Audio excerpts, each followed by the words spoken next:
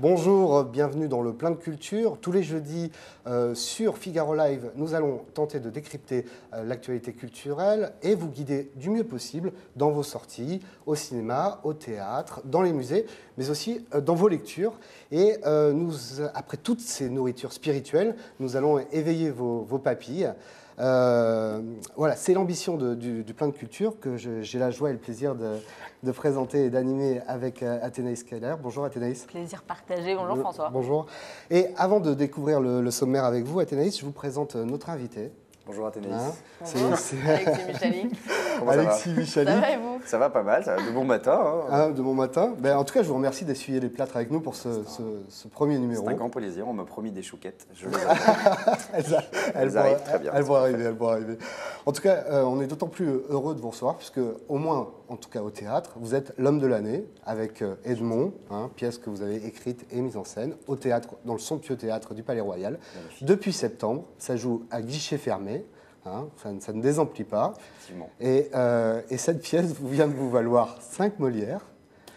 Tranquille. Et puis, voilà, juste 5. Voilà, c'est plutôt comme un bonheur n'arrive pas seul, jamais seul, les internautes du Figaro viennent de vous décerner le beau marché du théâtre et du meilleur auteur. Absolument. Mon deuxième en plus. Au deuxième beau marché, puisque vous l'aviez reçu en 2014. Exactement.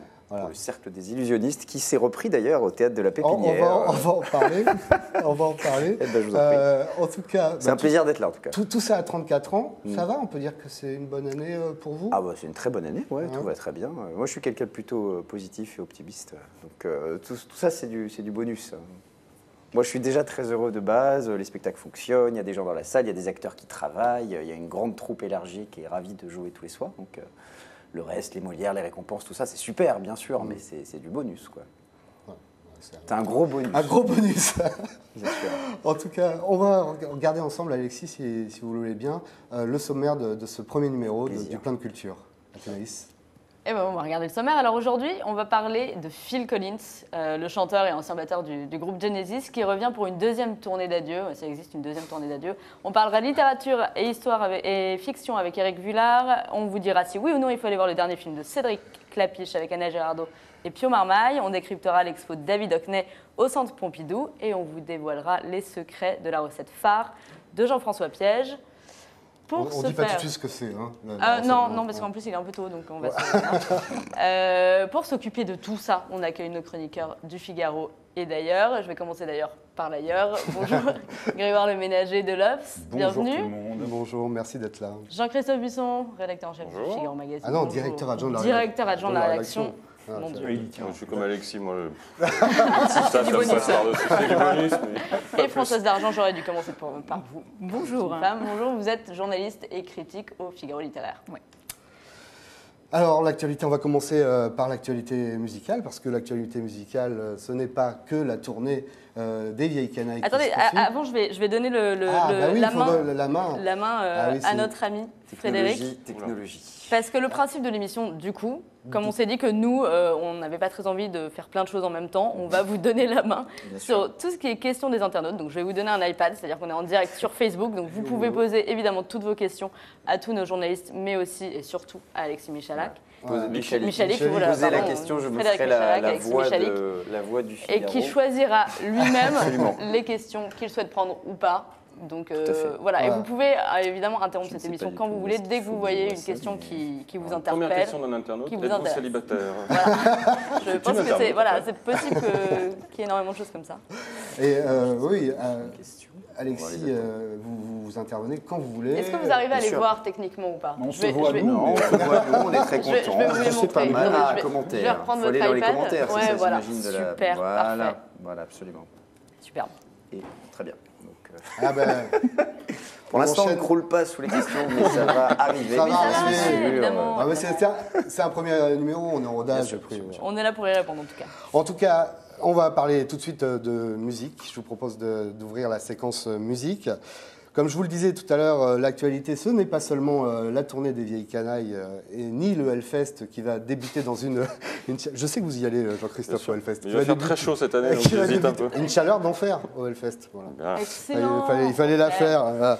Non, c'est aussi le retour, j'allais dire malheureusement, le retour de Phil Collins après ses adieux en 2011. Ses deuxièmes adieux, c'est ça Ouais, alors en fait, ça faisait 10 ans qu'il n'était pas monté sur scène et c'est un peu logique puisqu'effectivement, cette dernière tournée, c'était une tournée d'adieu. Ça s'appelait The Farewell Tour. Donc, et il a failli ne pas revenir. Et il a failli ne pas revenir. Il a fait une longue pause musicale due à une maladie, ça il faut le dire, de maladie de laquelle il s'est remise a priori.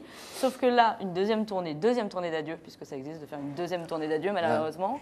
Il a eu un petit accident de santé la semaine dernière. Il est tombé dans un hôtel. Ouais. Mais finalement, ça l'empêche pas de reprendre sa tournée. Donc cette tournée d'adieu, elle s'appelle Not Dead Yet. Ouais. Donc ça veut dire pas encore mort. Donc voilà, c'est pas une blague. Et on le voit sur ces images. C'était, je sais pas si on a les images du concert lors de sa première tournée d'adieu.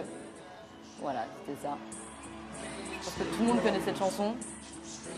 Oui. Alors, petite frayeur, effectivement, donc la semaine dernière, on le disait, puisque le batteur de Genesis a dû être emmené d'urgence à l'hôpital après une mauvaise chute, mais tout va bien, il s'en sort avec un méchant coca, il est déjà remonté sur scène, et la setlist alors de cette nouvelle tournée, puisque c'est un peu ça qui intéresse les gens, elle a débuté début juin en Angleterre, et il y a tous ses plus grands tubes, évidemment, pour votre plus grand bonheur, François, je sais. Oui.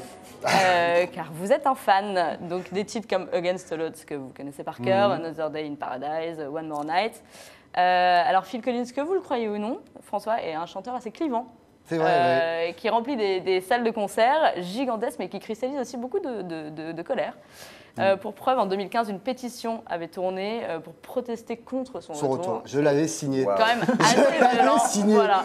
Je l'avais signé. Phil Collins must be stopped. C'est une pétition que moi, je n'ai évidemment pas signée. Oui, mais moi je l'ai signé. Contrairement à vous, mauvaise personne. Ah, mais j'assume totalement. J'ai signé. Il avait 65 ans à l'époque. Je pense qu'il avait fait sa carrière.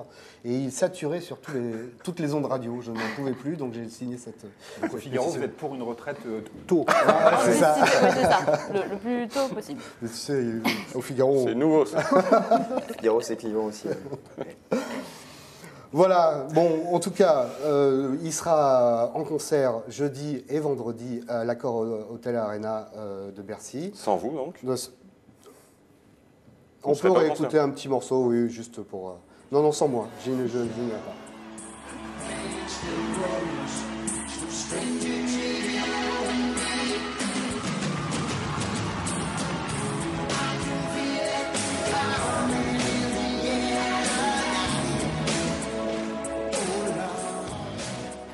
Ah bah c'est très bien.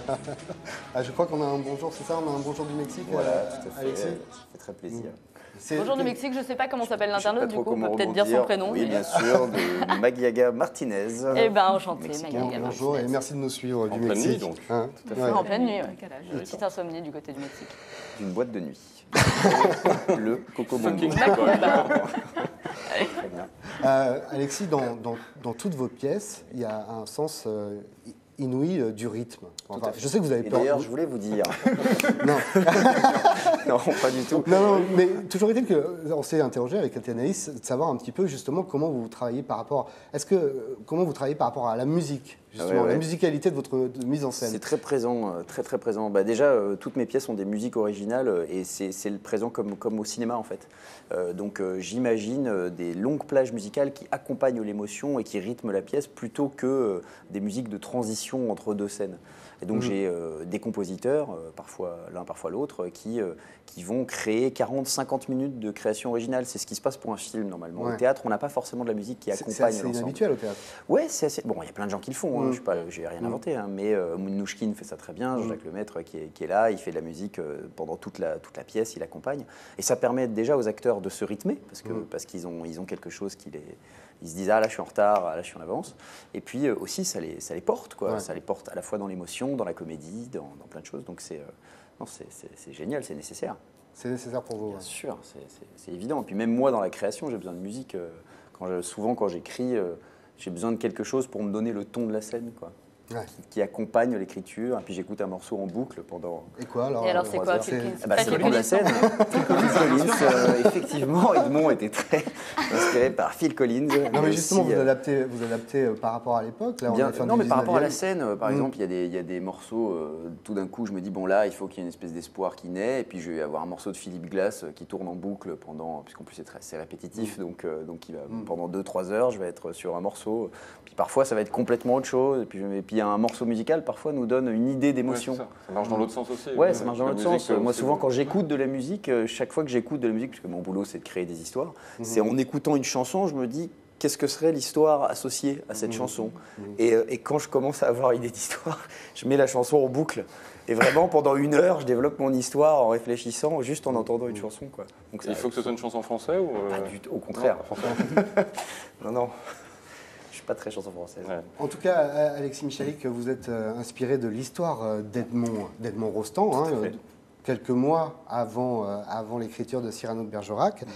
C'est d'une autre histoire, celle qui précède la Seconde Guerre mondiale, dont parle Éric Vuillard dans L'Ordre du jour, son nouveau roman paru chez Actes Sud. On en parle tout de suite, c'est notre séquence Bonnefeuille.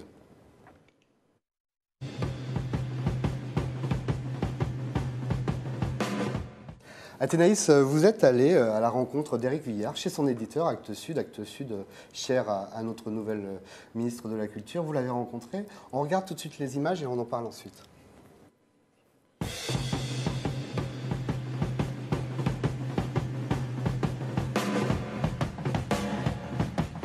C'est difficile de dire l'idée de départ parce que tout livre, en fait, l'origine gît sous les commencements. On reconstruit un peu a posteriori, mais l'idée, en tout cas, que j'en ai aujourd'hui, c'est-à-dire petit à petit ce qui a amené l'écriture, c'est en somme de suivre les veines d'une compromission assez inouïe, donc qui a été celle, disons, du grand capital avec le régime nazi. Je pratique pas ou très peu la fiction dans mes livres. Disons que la part de fiction au sens traditionnel du terme, c'est le simple fait d'incarner des protagonistes qui deviennent des personnages et de leur prêter parfois, disons, quelques pensées plausibles, pas grand-chose et quelques sentiments. Enfin, je vais guère loin dans cette voie. En revanche, ce que moi j'appellerais plutôt fiction, c'est ce qui est commun aussi à beaucoup au travail à la fois intellectuel et à la littérature, c'est-à-dire ce qu'on peut appeler peut-être une intrigue, une composition, au cinéma le fait de monter. C'est ça qui au fond, produit, c'est la production d'une vision subjective, et c'est ça je crois qui relève plutôt de la fiction, si tant est que la fiction ait à voir avec la vérité en tout cas.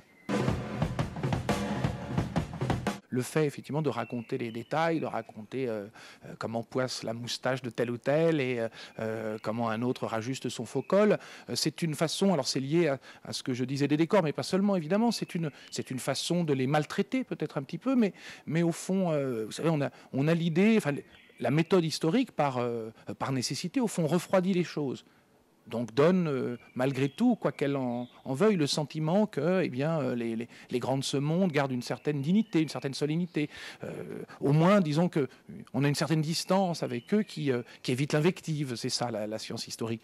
La littérature, elle, n'a pas à se garder de l'invective. Et en somme, le fait, je crois, de raconter le détail nous place dans un autre rapport, qui est en un certain sens moins fictif aussi. C'est-à-dire, nous savons tous, par l'usage que nous en avons, je ne sais pas, la lecture des journaux, etc., que les hommes politiques, c'est aussi tout ça un théâtre. Et il y a une forme de vérité dans ce que peut dire là-dessus le Café du Commerce, comme on le dit trop souvent.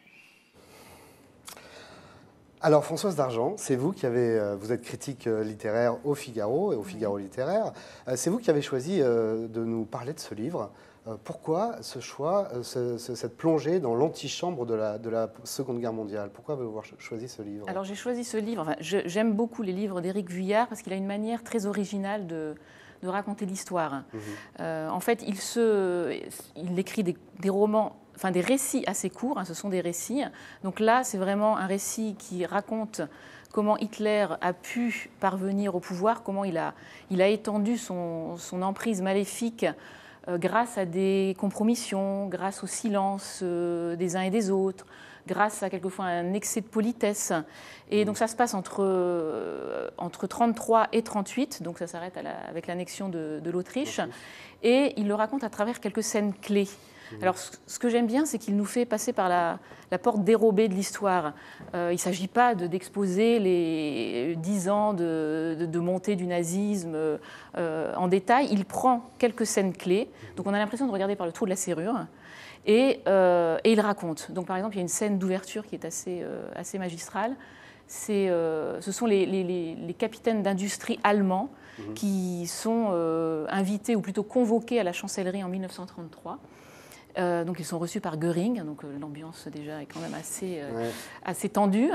Donc ils arrivent, alors Vuillard raconte, il raconte le décor, c'est un peu comme une scène de théâtre d'ailleurs, on se croirait un peu au théâtre. Quand vous me racontez ça, j'ai l'impression d'être dans les damnés d'Ivanov dans la cour des papes à Avignon, c'était ça l'histoire. Il y a de ça, effectivement. Et donc il raconte le décor, les costumes, les gouttes de sueur qui perlent sur le front. Donc ces capitaines d'industrie emmenés par M. Krupp sont reçus par Göring puis par Hitler, et en fait c'est une levée de fonds pour le régime nazi. Et donc Vuillard raconte ça avec plein de petits détails, c'était extrêmement bien écrit, et nous on rentre comme ça dans l'histoire un peu par la porte dérobée, des choses qui souvent sont plutôt l'objet... Qui anodines, enfin, oui, voilà, c'est un peu des notes en bas de page dans les livres d'histoire, où c'est rarement décrit. Et on y est vraiment. Il y a aussi un déjeuner d'adieu de Ribbentrop, qui est l'ambassadeur d'Allemagne à l'époque à Londres, à Downing Street. Et donc Vuillard raconte comment Ribbentrop fait durer le déjeuner, parce que en fait Hitler est en train d'envahir l'Autriche. Il y a l'huissier qui se presse à la porte pour prévenir Chamberlain, et Ribbentrop le sait, et avec sa femme, alors il raconte ses exploits de tennis, c'est insupportable, tout le monde ils n'en peuvent plus, parce qu'en plus il pérore, son coup droit, sa volée, voilà. Et pendant ce temps, voilà, Hitler envahit l'Allemagne, et donc c'est assez saisissant. Je crois que vous l'avez lu, Grégoire. Oui, c'est formidable. Et celui-ci est particulièrement réussi. Et moi, ce à quoi j'ai été très sensible, il y a son art de la scène avec des espèces d'effets de zoom comme ça sur des détails qui est vraiment prodigieux. Et puis il nous montre comment Hitler faisait de la diplomatie en fait. Ouais. Et c'est terrifiant. Et il y a quelque chose de très actuel là, dans le regard qu'il porte là-dessus. C'est-à-dire que moi, ce que j'aime beaucoup chez lui, c'est qu'il a un regard très très décapant, très ironique, très caustique, et pas cynique pour autant. On sent que c'est un humaniste, au fond, Vuillard. Et puis, un regard très actuel, c'est qu'on pense en permanence, quand on lit ces pages d'histoire, à ce qui peut se passer aujourd'hui dans les rencontres avec Poutine, avec Trump, avec je ne sais pas qui. Quoi. Mais ça paraît un peu tarte à la crème, mais ça a l'air quand même d'éveiller une sorte de conscience collective aujourd'hui. Oui, ce qui est bien, c'est que toutes ces entreprises dont on parlait sont encore des oui, alors c'est ce qu'il dit. D'aujourd'hui. On se sent un peu concerné, parce qu'à un moment, il interpelle le lecteur, en fait. Donc, non seulement on est avec lui dans la pièce, finalement, et en plus, effectivement, à la suite de cette réunion d'industriels, il dit, il y a M. Krupp, donc on sait, ça c'est Krupp, mais après, ce sont des noms allemands, on ne sait pas, et derrière ces entreprises se cachent Opel, Telefunken, ça n'existe plus aujourd'hui, ou BASF, et donc il dit, ce sont nos machines à laver, nos téléphones, nos voitures, et donc il y a un côté comme ça, qui ont permis à ça, et on se sent quand même interpellé, et ça résonne aussi beaucoup avec le présent, parce qu'effectivement, il parle de la montée du racisme, de l'aggravation des inégalités, de l'emprise de la finance sur le monde. Et donc, on ne peut pas s'empêcher quand même de penser un peu à notre époque. Et voilà, et il montre comment tout cela a abouti à l'instauration d'un régime nazi presque en toute impunité, en fait. C'est ça. Frédéric Michalik, je ne sais pas si vous avez lu ce livre. Frédéric, j'ai encore Frédéric Michalak, Alexis Michalik. Je l'ai, je vais voilà. Je suis assez content parce que d'habitude, c'est moi qui... Mais j'aime beaucoup ces running gags. Alors, voilà, c'est extrait, en fait. C'est un effet comique. Je ne sais pas si vous avez lu le livre d'Éric Vuillard. Mais c'est une période que je connais bien. Je pense que ça vous intéresserait, cette manière de regarder un peu l'histoire. C'est surtout le côté très imagé, où j'imagine que vous, ça joue dans vos lectures aussi, dans vos recherches d'adaptation. Oui, bien sûr. Et puis même le côté... Moi, après, je fais vraiment de la fiction, donc je m'en écarte beaucoup, mais je mêle beaucoup la fiction et la réalité, et je suis assez passionné d'histoire, donc j'aime bien justement m'intéresser à une période très très précise et à découvrir tous les détails qui entourent cette période. Dans toutes mes pièces, il y a toujours des trucs où on se dit mais ça c'est inventé. Non, c'est vrai. Que ce soit dans Edmond où il y a plein de détails où les gens me disent bon ça par contre tu Non, vraiment, l'actrice avait signé pour une représentation, et elle disait qu'elle allait se barrer après. Enfin, il y a énormément de détails historiques qui sont encore plus dingues que la réalité, donc ça, j'adore. J'adore me plonger dedans, et puis ensuite prendre ses libertés, et puis arriver à voir quelle latitude on a, en fait. Bon, après, moi, j'ai beaucoup de latitude, puisque je fais de la fiction. En tout cas, je précise que vous avez bon goût, hein, tous les deux, parce que les jurés Goncourt et Renaudot ont inscrit l'ordre du jour. Ça veut rien dire, Non, ça, non, mais, non. Ou plutôt, c'est eux qui ont bon goût. L'ordre du jour d'Éric Vuillard, donc sur leur liste des lectures d'été, c'était hier ou avant-hier. Merci beaucoup. Merci. Et en parlant de lecture d'été, si vous voulez avoir quelques suggestions, le Figaro littéraire qui sort aujourd'hui Ah oui, c'est ça. vous propose très une bien. suggestion. Ouais. Donc il y a de l'histoire aussi, mais il y a aussi des auteurs anglais, des romans de l'été. Donc Ouais. voilà, je vous suggère la lecture du littéraire aussi. Voilà. Bah, très bien, vous avez totalement Dans raison. tous les bons kiosques et sur les bons sites web.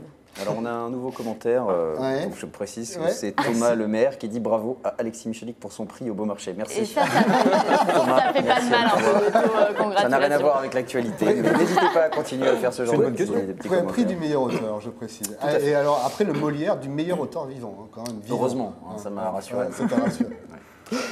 Alors, c'était un rendez-vous tellement emblématique du Figaro.fr qu'on a décidé de le voler et de l'intégrer au plein de culture. C'est le cas.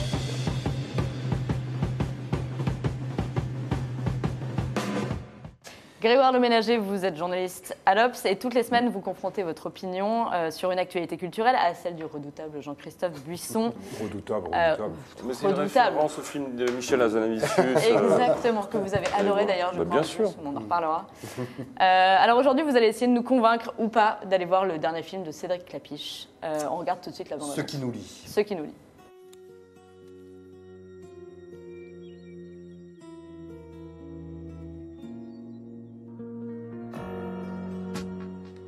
Quand j'étais petit, tous les matins je regardais par la fenêtre et je me disais, tous les matins ça change. Un jour puissant puis mille et des ailes dans les yeux. Fuis la route, suis le fil. J'ai eu envie de faire le tour du monde Soleil dans mes cieux. et voilà, j'ai fait le tour du monde. Jean? Jean, C'est pas vrai. tu sais combien de temps ça fait que t'as pas donné de nouvelles? 4 ans et 11 mois. Putain, Juliette, ça fait des mois qu'on s'occupe de papa, qu'on s'occupe du domaine, qu'on s'occupe de tout. Et lui, il est là, il vient. Quoi, moi, quoi? Mais qu'est-ce que tu connais à ma vie, toi? Ah, mais parce que là, on est d'accord, je connais rien de ta vie. Raisin rouge pour médaille, une bataille. Parfois, je me dis que je suis plus parti pour fuir. Mais t'es revenu. Quand le voyage m'en l'a, L'amour, c'est comme le vin. ce qui nous lie est là. Faut du temps. Ça donne pas envie de rester là, tout ça?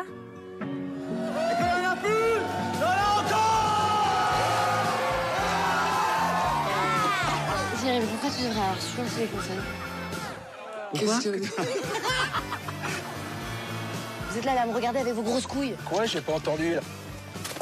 Wow, c'est pestifouille, là, partout. Poup, poup, poup, poup, ça pétard dans les papilles.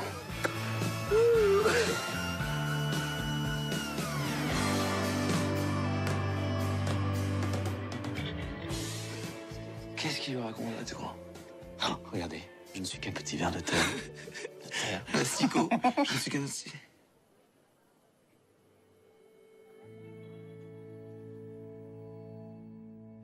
On va se boire un coup. Alors les amis, on va vous lancer maintenant. Ça va être à vous deux de Ouais. débattre. Et avant, pour choisir qui va commencer comme dans un vrai débat, puisque c'est un vrai débat. Comme dans un vrai débat. Je précise que vous avez l'habitude hein, de maintenant, en cette année électorale, vos temps seront limités hein, et minutés. Vous avez 3 minutes et demie chacun. Alors pile ou face? Face, Face. forcément. Pile. Moi, je ne Allez. sais jamais si c'est pile ou face. Eh ben, C'est pile ou face, eh hein. ben, eh ben c'est face. C'est face. Ouais, C'est la retournée.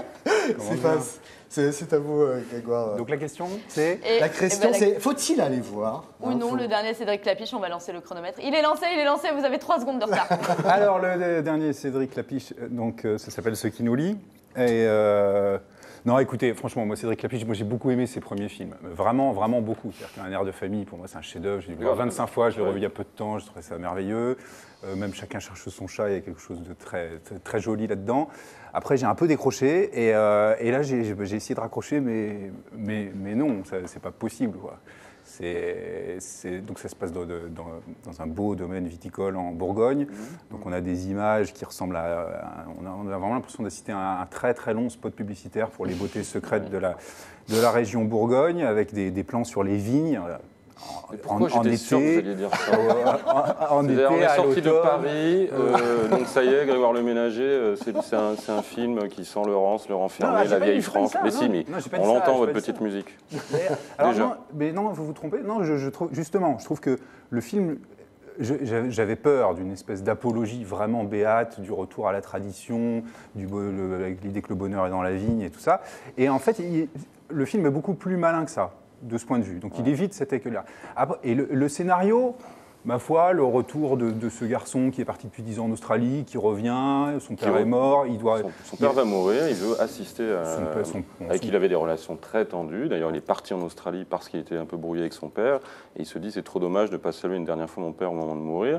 Et il découvre que son frère et sa sœur ont récupéré la propriété familiale, et puis il va leur donner un coup de main, et puis il va se prendre au jeu alors qu'il a une famille en Australie, et puis se poser la question de rester ou de ne pas rester. Et c'est un superbe film sur la famille, sur la transmission, sur l'héritage, sur le fait qu'on a beau s'éloigner de ce qui est de sa famille originelle avec qui on a des relations tendues, à un moment donné il y a cette idée que quand même on est du même sang, on est de la même terre, et que on se pose des questions. C'est pas du tout, comme vous dites, une apologie de la famille ou de la tradition. C'est pas un travail famille-patrie du tout. C'est beaucoup plus subtil que ça. Mais c'est vrai qu'on est dans un décor, dans un univers qui est le vin. Le vin, ça met longtemps à mûrir. Pourquoi vous vous marrez tous les deux?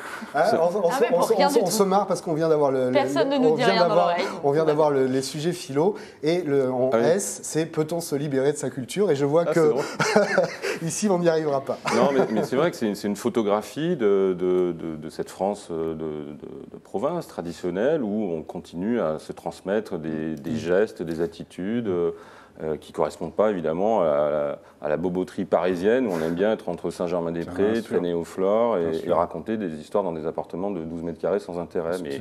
Mais d'ailleurs, ce qui est bon signe, c'est que ce que Patrice Lecomte appelait le triangle des Bermudes, c'est-à-dire les Inrecuptibles, Télérama et Libération, n'ont pas aimé le film. J'ajoute un peu le L'Obs, un peu Le Monde, un peu Éric Nehoff. Un peu Éric Nehoff du Figaro. Mais voilà, parce que tous ces films qui sortent de Paris, qui font respirer et qui sont ce que les Anglais appellent des feel-good movies, parce qu'à la fin, vous êtes un peu ému par cette histoire, parce que justement, on n'est pas ému, c'est ça le problème. Le scénario. Vous êtes un cœur sec, Grégoire, parce que les non, Christophe, soyons sérieux. Le scénario tel que vous l'avez résumé, il est pas mal du tout, il n'est pas inintéressant. Il est coécrit par Santiago Amigorena, qui n'est pas le meilleur romancier du monde par ailleurs, mais bon.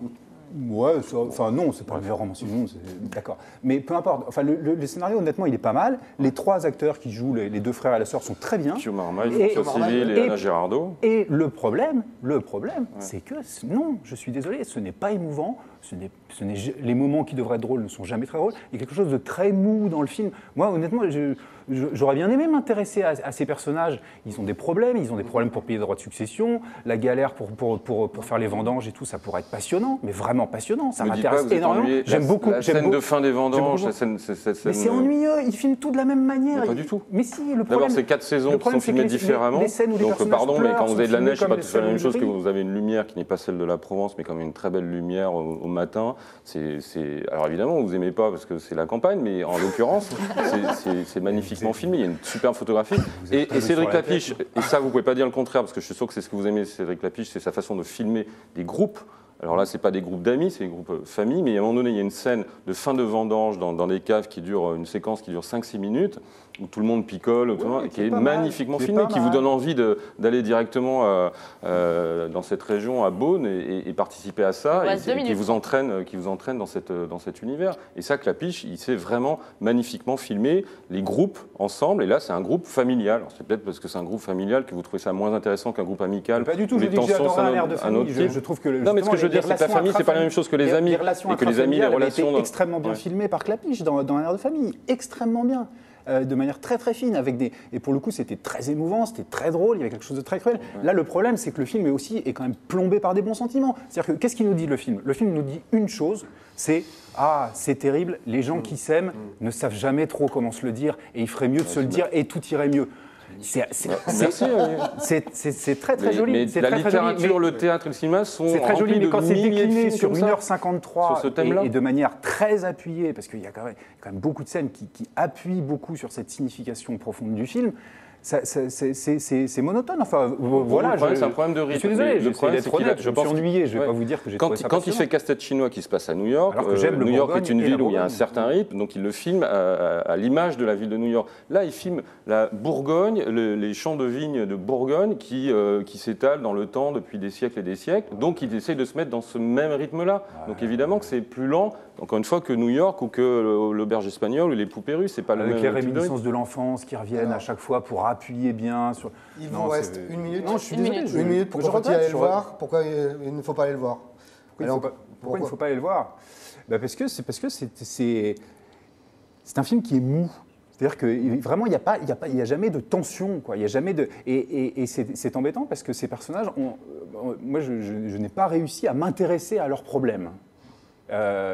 Alors que ça devrait être intéressant. Enfin, vraiment, la manière dont on fabrique du vin, les difficultés des viticulteurs d'aujourd'hui, la complexité des rapports entre frères et sœurs, ce sont des sujets qui me passionnent, contrairement à ce que vous pensez, qui m'intéressent beaucoup. Et le film ne nous dit rien là-dessus. Moi, je trouve que c'est un film qui ressemble à ce que fait Clapiche, mais avec le courage de sortir encore une fois d'une zone urbaine et des rapports d'amitié pour aller à la campagne et des rapports familiaux. Et je trouve que ce qu'il dit sur les rapports entre frères et sœurs au sein d'une fratrie et avec son père, que ce soit qu'on soit sa fille ou son fils, est absolument magnifique et universel et éternel. Et que simplement le cadre général qui est donné ne vous a pas plu parce qu'encore une fois c'est de la verdure et c'est lent et c'est moins rapide que Paris. C'est faux, c'est faux. Et on voit bien que c'est ça. Mais c'est pas ce que dit le film. C'est fini. Merci. Les internautes se font une idée. Alors je crois qu'on a une. Ouais, alors il y a Julia sur Facebook qui dit que la fratrie selon Clapiche, c'est l'amour est dans le pré revisité par un bobo.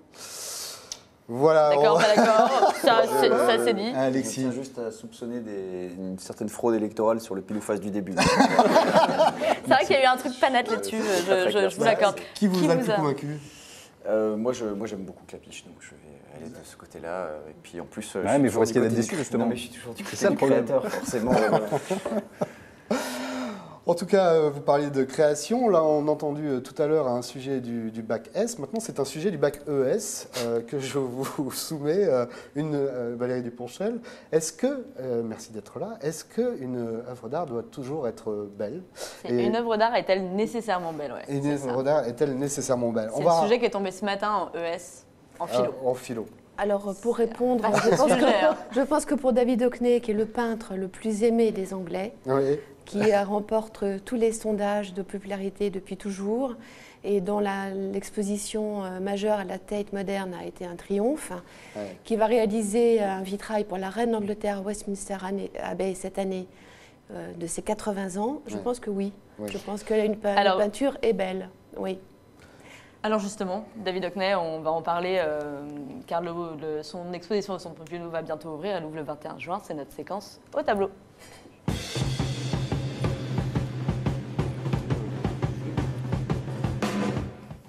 Pour nous parler de cette rétrospective, donc de ce maître du pop art, organisée en collaboration avec la Tate de Londres et le Met de New York, nous accueillons notre spécialiste de l'art moderne et contemporain, Valérie Duponchel. Bonjour. Bonjour. Alors pourquoi est-ce qu'il faut absolument aller voir cette expo ? Je pense qu'il faut la voir pour deux raisons majeures. Déjà peut-être pour la peinture et puis pour le peintre. Pour la peinture parce qu'on va voir 160 œuvres d'un peintre qui n'a jamais oublié la joie de vivre et qui la porte encore complètement en lui à 80 ans, qui est encore capable d'aller dans les sous-bois du Yorkshire par les 4 saisons, de sortir son carnet d'esquisses, de dessiner à main levée ou de prendre son iPad et de dessiner sur son iPad, qui a une gaieté qui se traduit par son allure vestimentaire, par sa lunette ronde qu'il a depuis ses années pop, par ses cheveux qu'il avait autrefois peroxydés maintenant qui sont gris et scintillants, par ses bretelles d'anglais, par ce mélange qu'il a très, très naturel de mettre un pull bleu violent sur une chemise orange et de garder un chic de dandy. Ça, c'est pour le personnage. Pardon, mais Alexis, ça vous parle, ça, parce que votre maman est... Alors, c'est pas ma maman, mais c'est mon papa. Ah, c'est votre père qui est plasticien. Absolument, oui, bien sûr. Donc, mais je ne voulais pas vous interrompre. Tout à fait d'accord, absolument. Continuez. Vous avez choisi de nous montrer un tableau, et vous allez nous dire pourquoi. C'est A Bigger Splash. C'est un des plus connus de David Hockney.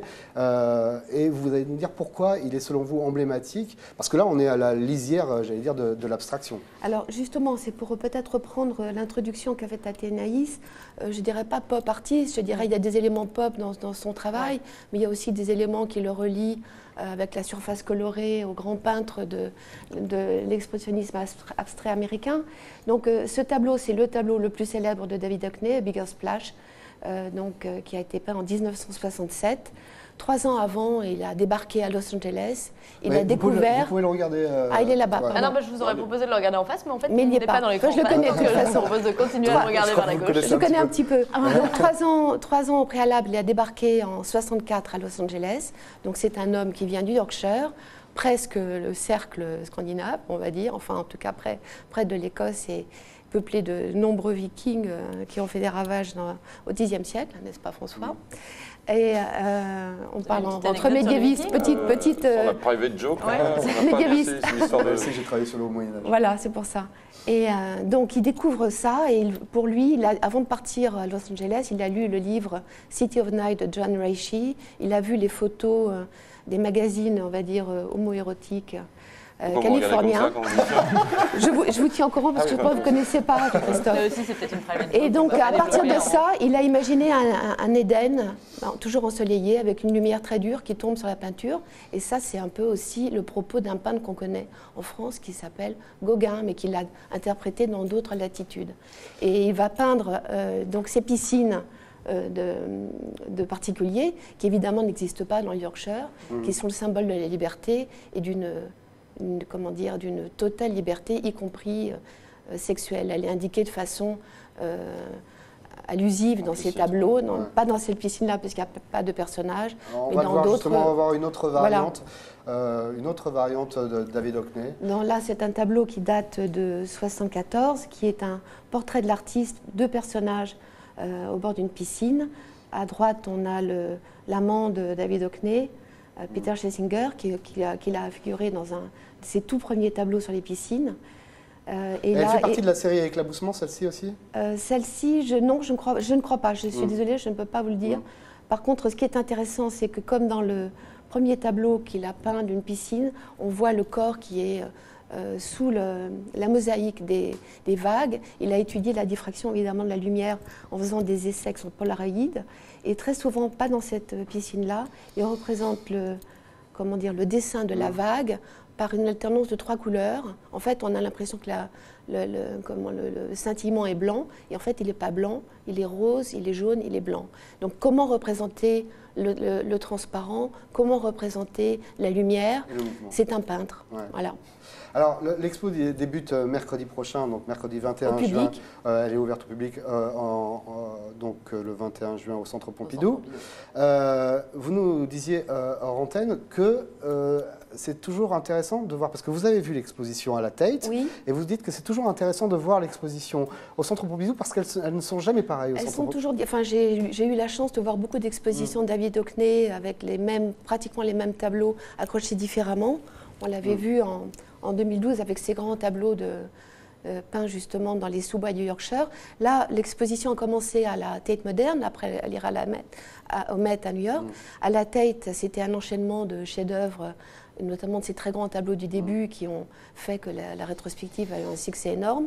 Là, au Centre Pompidou, comme toujours, il y aura une lecture différente parce que le Centre Pompidou a un esprit qui est très particulier, qui est peut-être moins pragmatique, qui peut être très intellectuel, peut-être très français aussi. Donc il y a des plus, il y a des moins, évidemment. Mais le commissaire d'exposition est Didier Ottinger. Il a quand même fait preuve de beaucoup de talent. On l'a vu il y a peu de temps avec l'exposition Magritte, Dieu sait que c'est un peintre qu'on a quand même beaucoup vu dans les expositions.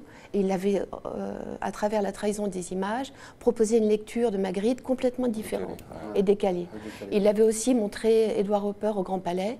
Donc je suis sûre, en plus il connaît très bien David Hockney depuis longtemps, je suis sûre que sa lecture de David Hockney sera intéressante. Très bien.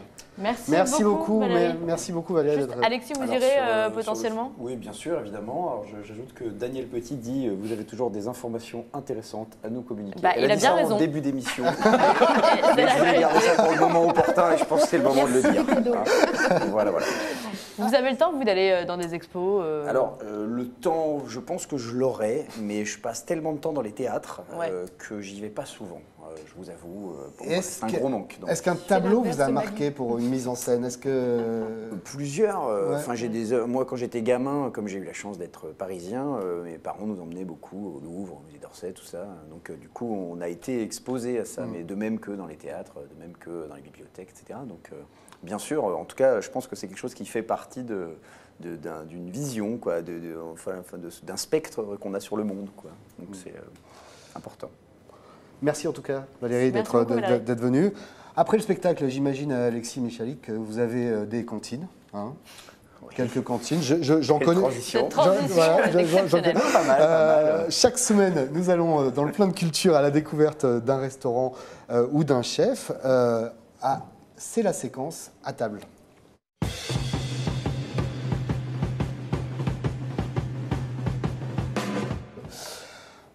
Chaque semaine, donc, nous allons parler d'un plat signature, comme on dit, une recette. Et nous commençons. Alors, c'est un peu tôt.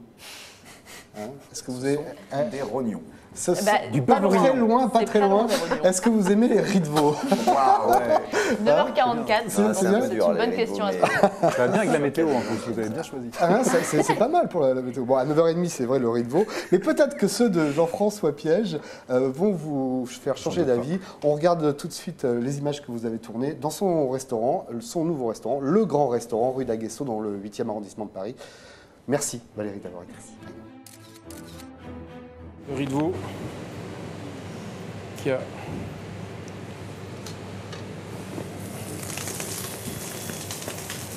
pas été paré, on va le dorer sur toutes ses faces.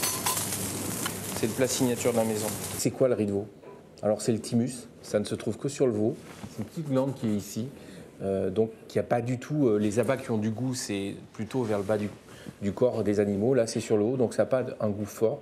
C'est surtout un goût de noisette, c'est surtout un moelleux incroyable. On va le mettre à mijoter sur des coques de noix. Cette cuisson que j'ai voulu pour ce restaurant, qui exprime totalement l'identité de la cuisine française que je veux réaliser ici. En fait, c'est pas le riz de veau qui était intéressant dans le plat, c'était tout le travail que je fais au Grand Restaurant sur les cuissons. Et je les ai dénommés mijotés modernes. Pourquoi mijotés modernes? Parce qu'en fait, je pense que l'une des identités de la cuisine française, c'est le mijoté. On a mis des coques de noix, on les a torréfiées. On sent ce goût de noix qui va venir grilloter. Et là, on va le mettre à cuire tout doucement. Chaleur douce, un petit mijotage. Je voulais pas que ce soit passéiste, donc j'en ai pas fait une blanquette, j'en ai pas fait un bœuf bourguignon. On a tous vu un plat qui restait sur le coin du fourneau, qui avait ses saveurs d'enfance qui étaient assez incroyables, qui était un peu une Madeleine de Proust pour tout le monde. Et ben moi, j'avais envie de partager mes Madeleines de Proust à moi. J'ai voulu les partager avec tout le monde dans mon restaurant parce que de ce fait, ce n'était pas le riz de veau que tout le monde pouvait faire, c'était mon riz de veau. Donc c'était un riz de veau en mijoté moderne. Il y a des gens qui viennent ici pour manger le riz de veau, donc c'est le plat le plus vendu, c'est le plat que j'adore travailler. Tout le monde pense en avoir mangé, peu en ont réellement mangé, donc ils se lancent dans la découverte. C'est clivant, avant d'en avoir goûté. Une fois qu'on a goûté, on est obligé d'aimer. C'est vraiment quelque chose qui me suit du 1er janvier au 31 décembre, en ce moment avec des morilles, demain la probabilité avec des girolles, il était avant avec quelques truffes, il va poursuivre avec évidemment quelques tomates en été. Et puis, ce que nous délivrera la nature accompagnera avec majesté le riz de veau qu'on sert au Grand Restaurant. Ça a l'air pas mal, même à 9h47 finalement. Alors Alexis Michalek, je vais vous proposer une transition encore mieux que celle de François. Vous allez me proposer du riz. C'est à vous de vous mettre à table et de vous. répondre à nos questions. Ouais, c'était bien. Le succès d'Edmond, du coup, a du bon, puisque le Porteur d'Histoire et le Cercle des Illusionnistes, qui sont vos deux précédentes pièces, viennent de reprendre en ce moment au Théâtre des Béliers. Le Porteur n'a jamais arrêté. Il est toujours au Théâtre des Béliers. Arrêté. Tout à fait. Au Théâtre des Béliers parisiens et à la Pépinière Opéra. Du coup, oui, ça a du bon. Effectivement, c'est un élan vraiment génial pour vous. Tout à fait. Ouais. Je ne sais quoi vous dire. On est très contents. Vous allez concurrencer les auteurs les plus joués, j'allais dire. Alors moi, je vois pas ça comme une concurrence. Je ne suis pas dans un combat. Je suis ravi que les pièces se jouent. Je suis ravi que les acteurs jouent. Après, je pense qu'il y a de la place pour tous les théâtres, ici, à Paris, en France. Donc voilà, il se trouve que Edmond, effectivement, remporte un gros succès et que du coup, ça braque un peu le projecteur sur l'auteur. Et donc les gens sont curieux de voir les spectacles précédents qui ont la bonne fortune d'être toujours en train de jouer. Donc c'est une sorte de vase communicant, c'est super. Est-ce que vous êtes metteur en scène, mais vous écrivez aussi vos spectacles? Est-ce que vous le faites parce que vous ne trouvez pas de bons textes à adapter? Non, parce que c'est plus facile pour vous? Pas du tout. J'ai commencé par adapter des textes. Les premiers spectacles que j'ai montés, c'était des classiques revisités parce que j'étais persuadé qu'on ne pouvait pas vraiment... Il n'y avait pas trop de place pour le théâtre contemporain aujourd'hui, que ça n'avait pas de sens une fois qu'on a lu Shakespeare. On voit des images de votre pièce. Peut-être qu'on pourrait écouter un petit extrait avec du son aussi, si jamais c'est dispo ou pas. C'est merveilleux peut-être, sauf que je n'en ai pas écrit une ligne. Edmond, personne ne te connaît. Tu n'as fait que des fours et Coquelin te commande une pièce. Champagne! On ne peut pas monter Cyrano en 3 semaines. Molière a monté Tartuffe en 8 jours. D'ailleurs, vos mots à vous descendent et ils vont vite. Les miens montent, madame, mais il leur faut plus de temps. Non, non, non et non! Si Maria Legault ne joue pas Roxane, nous retirons nos parts. Coquelin perd son théâtre, vous perdez votre pièce. Je vous préviens, cher Myrmidon, qu'à la fin de l'envoi, je louche. Quand un verre lui plaît, en revanche, mon cher, il le paye très cher. En revanche, mon cher, il le paye très cher. C'est ce qu'il a dit. Oui, mais si mal. Dites, demande, cet acteur-là, ça n'est pas possible. Pas possible. Oui, je sais. Très bien. On arrête. C'est la bande-annonce qui est proposée pour votre spectacle. En préparant l'émission, je me suis demandé ce qu'il y avait de vous dans ce Edmond, puisque vous le disiez tout à l'heure, vous mélangez l'histoire réelle d'Edmond Rostand avec la fiction, et cette fiction, dans la part de fiction, il y a un peu de vous. Je pense qu'à la base, il n'y avait pas de moi, c'était vraiment, je m'intéresse à cette histoire, mais bon, au final, je raconte l'histoire d'un auteur metteur en scène qui a 29 ans, qui écrit son premier succès, c'est un peu ce qui m'est arrivé avec le Porteur d'Histoire aussi, donc forcément, c'est le point de vue de l'auteur sur une création théâtrale, ce qu'on n'a pas souvent en réalité. Donc il y a du moi. Après, le personnage n'a rien à voir avec moi, il est un peu... hypochondriaque. Non, mais sur les affres de la création. Oui, voilà, en fait, mais c'est bon, d'une manière comédie, c'est comme ça que ça fonctionne. On prend, c'est un peu tout ce petit monde, je raconte un peu tout ce petit monde et les acteurs et les producteurs et les metteurs en scène et les décorateurs et tout ça, et comment ça fonctionne, et ça finit par cohabiter pour faire un spectacle, quoi. Enfin, j'imagine que vous espériez avoir un grand succès, mais un succès à ce point-là, je crois que c'est prolongé jusqu'à décembre. Ouais, comment est-ce que vous arrivez à avoir une distance pour expliquer l'ampleur de ce succès au-delà de votre génie incontestable et de votre talent? Et vous vous dites à un moment donné, pourquoi ça prend une telle ampleur, ce succès? Et si oui, vous demandez c'est des raisons circonstancielles? Particulièrement, Edmond, c'est un projet que j'ai depuis 10 ans. Quoi. Donc j'ai cette histoire en tête et je la porte en moi depuis des années et je veux absolument la mener d'abord au cinéma, je voulais l'amener, finalement ça a été au théâtre d'abord. Donc c'est quelque chose que j'ai eu le temps d'amener à maturation, quoi.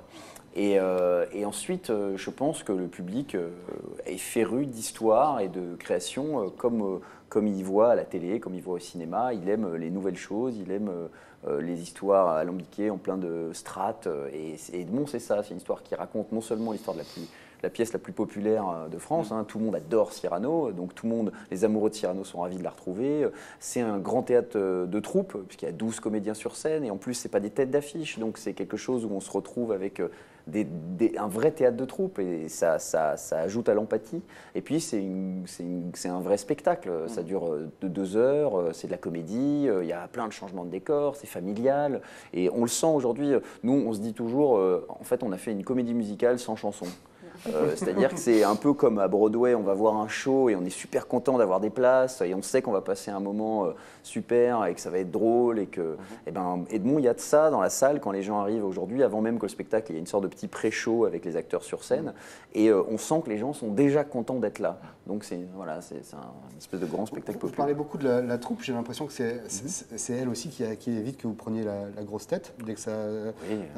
Non, mes parents s'en chargent très bien, ne vous inquiétez pas, je suis à la bonne école. Mais hors de la troupe, vous écrivez aussi pour le cinéma. Et puis là, on a vu émerger il y a 2 semaines à peu près sur YouTube un de vos courts-métrages, ça s'appelle Friday Night. Tout à fait. Et alors, Friday Night, produit par Hervé Weinstein. C'est Expliquez-nous. dingue quand même. Le nabab d'Hollywood. Alors là, tout vous réussit cette année. C'est surtout produit par Lexus, les voitures Lexus, qui organisent cette espèce de concours ouvert à tous les jeunes cinéastes, que j'encourage d'ailleurs à aller voir, qui s'appelle Lexus Short Film, et qui permet à 4 cinéastes du monde entier chaque année de créer leur court-métrage avec un budget plutôt confortable, en anglais. Et voilà, il se trouve que j'ai gagné ce concours à peu près en même temps que les attentats du 13 novembre ont eu lieu, et donc je me suis retrouvé complètement pris par l'actualité. Je me suis dit, je ne peux pas faire un sujet autre que celui-là. Et voilà, pour résumer, pardon, je vous coupe, c'est l'histoire d'une mère à la recherche de sa fille. Une mère américaine. Dans une ville frappée par une attaque djihadiste qu'on devine être Paris. Djihadiste ou pas, hein, on ne sait pas du tout que c'est djihadiste. En tout cas, c'est une attaque. Voilà, il se passe un événement. Où il y a quand même des similarités avec... Il y a tout à fait des similarités, mais on reste dans une pudeur parce que c'était pas mon sujet, quoi. Je voulais pas parler de, je voulais parler de l'histoire humaine au milieu des événements, c'est-à-dire comment ça nous frappe nous, alors qu'on a l'impression que c'est tellement loin, comment tout d'un coup on se retrouve confronté à ça. Et voilà, et il se trouve que c'est quand même assez particulier comme sujet, surtout comme je suis parisien et qu'on est en France, et donc j'ai été un peu discret à ce sujet. Et là, comme il a été mis en ligne, bon bah forcément j'en ai parlé, quoi. Et alors Joël nous demande, pardon, excuse-moi. Vas-y, je t'en prie. C'est le même Joël. Voilà, c'est la même Joël d'ailleurs. Qui nous demande si après un court-métrage remarqué, est-ce qu'il y aura un long-métrage bientôt? Alors un long-métrage, oui. Je pense qu'il y aura un long-métrage qui s'appellera Edmond. Et qui sera une adaptation de votre pièce. Bien sûr, parce qu'à la base, moi je voulais faire un film. Donc en fait, la pièce est une adaptation d'un scénario. Donc il est fort probable que mon premier film s'appelle Edmond et soit un film. Et d'ailleurs, la même Joël demande quand pourrons-nous lire un roman d'Alexis Michel. C'est exactement ce que Eh bien, Joël, bientôt, si j'ai le temps de le terminer, j'en suis à la moitié, à vrai dire. J'ai promis un roman à Albin Michel, qui sera un roman sur le voyage. Voilà, j'ai écrit 250 pages, il m'en reste à peu près 250 à écrire. Je ne sais pas quand je vais le faire. Voilà, Zoé nous demande si vous avez le temps, est-ce que vous allez à Avignon cette année? Évidemment, évidemment. mon dernier petit bébé Intramuros, qui a été créé au Théâtre 13, sera à Avignon au Théâtre des Béliers à 10h30 du matin et reprendra le 14 septembre au Théâtre de la Pépinière à Paris. Voilà, Zoé. En tout cas, merci beaucoup Alexis d'avoir essuyé les plâtres, comme je le disais avec nous, pour ce premier numéro. Merci d'avoir joué le jeu avec les questions, d'avoir très bien joué le jeu. Je le rappelle, donc, le porteur d'histoire est au Théâtre des Béliers dans le 18e arrondissement. Tout à fait. Le Cercle des Illusionnistes est repris à la Pépinière Opéra. Tout à fait. Voilà. Et Edmond, si vous avez... Edmond qui est donc la première demande sur notre site de réservation en ligne Tic et Tac. Parfait. C'est c'est le spectacle le plus demandé. Bien que ça dure. Alors, ça commence avec une autre équipe, ça commence quand? C'est-à-dire que cette nouvelle équipe qui reprend le 4 juillet. Donc celle-là, elle va jusqu'au 1er juillet. Après, elle prend un peu de vacances. Puis après, elle va partir en tournée parce qu'il y a une grande tournée qui nous attend. Il n'y a pas que Paris. Donc ils vont dire au revoir à leur famille, à leurs enfants. Quand ils reviendront, ils auront tous des barbes blanches. et puis c'est la nouvelle équipe qui sera à Paris l'année prochaine. Donc il faut y aller à la fois avant le 1er juillet et après. Si vous voulez.